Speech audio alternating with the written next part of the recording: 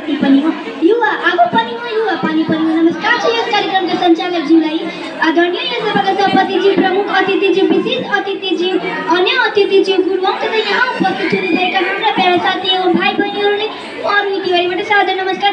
आज मनकारण secondary English बोर्डिङले आयोजना गरेको वक्तृत्व क्लाबमा मलाई 2 शब्द बोल्न मौका पाएमा म असाध्यै खुसी छु। बोल्दै क्रममा केही त्रुटि हुन सक्ला र त्रुटि भए मैले क्षमा गरिदिनु होला अनुरोध गर्दैछु। म आफ्नो मूल्य समय नगमाइकन म आफ्नो शीर्षकतिर जान्छु। मेरो शीर्षक रहेको हो नेपालमा युवाको भूमिका। म युवा र मेरो सपनाको नयाँ नेपाल सोच्ने क्रममा अथाह कुरा कोटिआउँछ, तरङ्गिन थाल्छ र बङ्गिन थाल्छ। कहिले सुनामीको छाल बनेर, कहिले मथिङ्ग मारे हिमको पर्वत बनेर। साँच्ची नै मेरो मन समयसँगै बग्छ, अवस्था अनुकूल प्रशंसा बग्छ अनि जम्छ। त्यसै लागि देशमा आज म सुन्दर सपना सोच्दै कल्पना गर्दै आएका छु। आधुनिक युगको स्वर्णीय नेपाल जहाँ चारैतिर थोपामा पाइएको छ शुद्धता।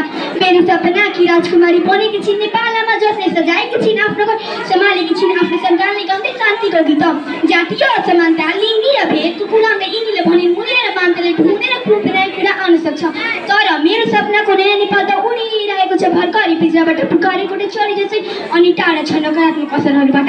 सिरे ऋतु परिवर्तन जस्ता जोडियाङबाट झिकेर चोखियाङतिर नेपालले आफूलाई लकी चिकालेर अगाडि थाल्नु पर्नेमा, भागले इच्छा गर्नुपर्नेमा, पसल एउटा शरीरमा कुदबृष्टि मान्छेले झुकालेर अगाडि थाल्नु पर्नेमा, जातीय असमानता हटाउन संविधान जस्तै राजनीतिको नै एक दिनको गोष्ठी र सिमनामा बसेर खाएको पानीको झोल न भुलाउने किन विकास र निकास ल्याउँदा भन्दै त्यस्ता मूल्यमान त जसले भेद ल्याउँछ त्यसलाई ढुङ्गा युवा खुवाउने र पानी छिरेर पानी लगाउने हो। त्यस्ता प्रत्येक घरबाट आन्दोलन भएका देख्छु म मेरो सपनाको नयाँ नेपालमा। म नारी र पुरुषबाट 2 प्रकारको कागजमा सीमित गरिएको छ।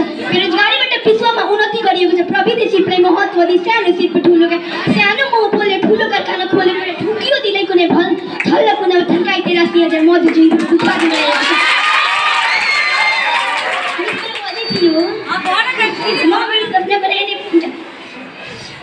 ठुकियो दिले कुनै भल्ला कुनामा ठन्काइते राष्ट्रिय हजार मधु जुन उत्पादन गरिएको छ। म मेरो सपनाको नयाँ नेपालमा भ्रष्टाचार र दुष्टाचार कति बल्ल कुनामा गरेर ठन्काइएको देख्छु। एक गाउँ, एक बाटो, एक अस्पताल, एक उत्पादन, एक वैज्ञानिक उदाहरणमा कल्पना गर्न सक्छु। सिद्धान्तबाट तयार भएको मेरो नयाँ नेपाल भाइमा कुट्न भएको मेरो आँखा अगाडि अताहा एकाएक मेरो युवा मस्तिष्कमा काठा बनेर भएर जिम्मेवारी भएर परिवर्तन हुन्छ। तब मेरो सपना साकार हुन्छ। यति बोल्दै म यो मञ्चबाट